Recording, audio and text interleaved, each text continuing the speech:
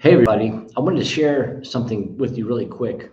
Today's been an interesting day. I've seen, the news of the world comes out as we all take it in all the time, like we're all programmed to do, to check and see what's going on in the world by our various sources. Some of them traditional media, some of them maybe people on social media that seem to have an inside angle or whatever.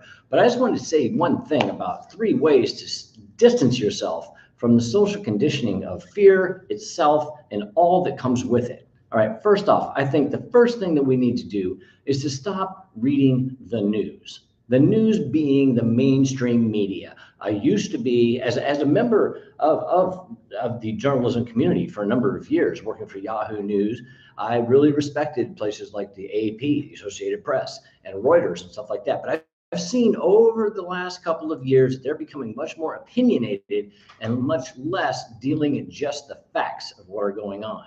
And in that time, they've chosen a side and they only report from that side. Very rarely do you ever see anything from the other side. And if it is, it's buried way down deep. If you have the app or whatever, you're not going to find it. It always supports the mainstream narrative given out by the governments of the world that like to tell us how to be. They're the same people that are responsible from the day we're born of establishing this social control over us. And so I would say get rid of listening to them.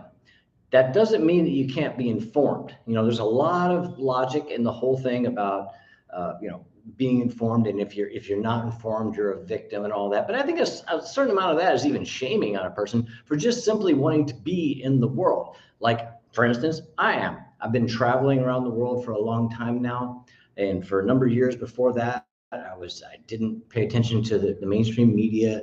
I didn't do any of those things. I didn't vote, didn't get involved. I didn't feel the stigma, the negative feelings of you're not voting, you don't matter. I just didn't care.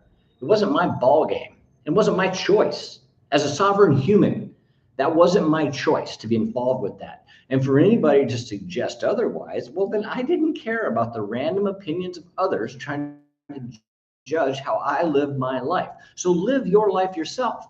You can certainly look out there and see what's out there. It's a good thing to be informed, but at the same time, don't buy into all the fear. I saw a story today on the Associated Press about how people coming out of the Ukraine right now, due to the special military operation, are now being viewed as perhaps a problem because they didn't have the shot. Not all of them are fully, up to speed on the protocols as they say in the whole dialogue around something that I'm not going to mention here because I don't want to get booted off of Facebook or off of YouTube or off of Instagram or wherever I share this to, just by speaking my mind. All right. We're not allowed to do that as we once were, particularly on certain things like this right now. And so these people, 1.4 million people, are evacuating their country for a logical reason. I would think if your country's getting blown up, you might want to go somewhere else for a while. But now, as they maybe cross on a border, they're being viewed as an invading force in some other kind of war that we had on something else that we've all been talking about for the last 2 years. You know what I'm referring to.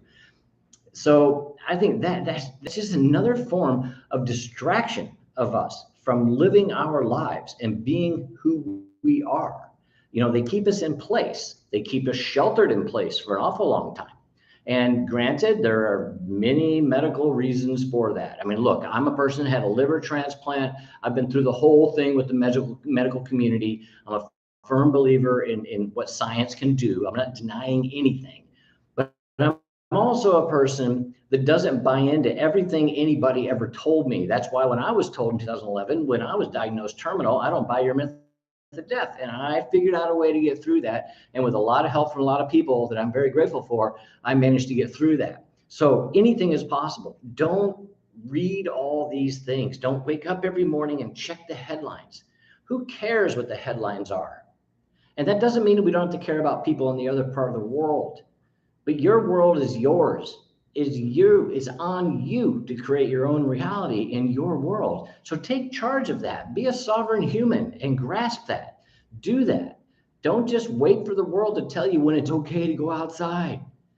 I remember in the early days of the latest thing that we had back in 2020, I was telling people on this very same page, on this very same YouTube page that I'm now going live on, to go outside in their backyard if they can, to breathe the fresh air. And I remember seeing comments below, how can you tell people to go outside? Well, I was talking about their freaking backyard. I wasn't talking about going down to the park and infecting others or anything like that. But that's how sensitized people have become to the programming that we get from these sources, these fear-mongering sources of the media and the government. And the AP, like I was saying at the beginning, used to be better at this, just reporting the facts. Back when I was a part of that organization, not working for the AP, but working alongside of them in the early parts of the 2020 or 20 years ago,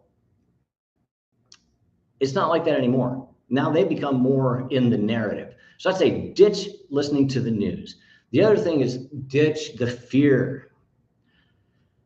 The other day, I went swimming in the ocean where I am here now in Cozumel. All right, I've been traveling around Latin America for the last 18 months. I've been in Colombia a lot. I've been in Mexico a lot, back and forth because of visas and things like that. And so I was in the ocean the other day, and I got in there and I was snorkeling around. And I swam out, and I was a kid back in the 70s who was greatly impacted by Jaws when it came out. So I've always been thinking of sharks.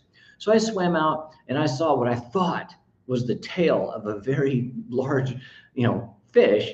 And I turned around and I said to my fiance, who was swimming just a few yards back closer to the shore, I said, big fish, big fish. And we swam back all the way, and then we cleared our goggles, swam back out, and I realized that what I'd seen was actually a piece of metal that was stuck in the ocean floor or something. It wasn't the tail of a big fish, but that fear had been programmed into me. That fear that has kept me out of the ocean largely for most of my adult life up until the last few years. Why? Well, that's because I didn't really know. And a lot of times when we talk about the socially conditioned fears in our lives, we really don't know because that wasn't our belief in the first place. That was something somehow that came into us along the way that wasn't even real. In my case, it was a freaking actual movie. All right. And we have that all across the board. So ditch the fear of why you can, why you can't, not why you can, why you can't, that comes along with these things. You're too old, you're too slow, you're too whatever. Ditch that fear. So we have two of those things out of the way right off the bat. Stop paying attention to the media and the outlets, which are the media is actually just a mouthpiece for all these other things. And then you have the fear that they create. The last thing I want to say is to start believing in yourself. If you really want to distance yourself from the socially conditioned mind, the matrix, as some people call it, you need to believe in yourself. You need to believe that no matter what it is you conceive, if you can take the necessary actions to get there, you will get there. And that doesn't mean that there won't be any trials and tribulations along the way. My own story, getting through terminal illness over 8 years, there's a lot of that. But every time I had a setback, I sought to get something from it. I didn't look at it as, oh, poor me. I didn't go back and sit in the sidewalk and pout. I didn't go back in my bedroom and say, oh, I can't come out.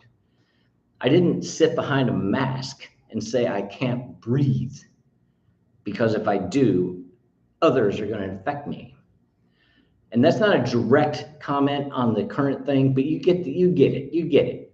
We can't live in that constant state of fear, and we have to believe in ourselves, our own ability to create the universe, the world that we live in, because we literally do that on every day that we wake up. When we first wake up in the morning, before we even open our eyes, we don't even know where we are.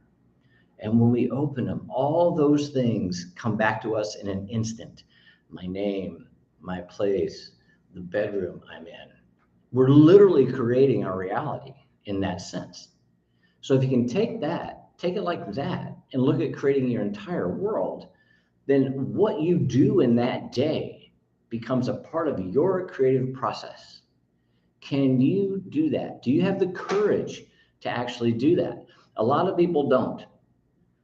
There's winners and losers in this world. The losers are losers because they think they are. The winners are winners because they try. That's the only difference. Nobody's born better than anybody else. Nobody has any inherent value more than anybody else from the day we're born. We're all born with the same heart.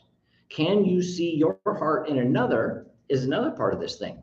Can you see the value in other people and what you can get from them, but keeping it at a distance, because their reality is their reality. You can use those things to build your own reality, but you're responsible for building your own reality. You walked up to this place in your life, no matter how you want to phrase it. You can take any kind of victim mentality you want and say, oh, I could have, but this happened. Or I would, but, and you'll be saying but until you're on your deathbed. And that's pretty abrasive, but that's the reality of life. Life is, and what you make of it, your opinion of it is your own. That's all there is to it. Life has no further meaning than that. Life is, and your opinion of it is your own. So build your life the best that you can. Those are the three things that I think can help you build your own reality and escape the socially conditioned matrix, construct, whatever you want to call it, that's out there. That's all I got to say on this. If you like this, mash the subscribe button below, follow me. I look forward to having another one of these talks soon.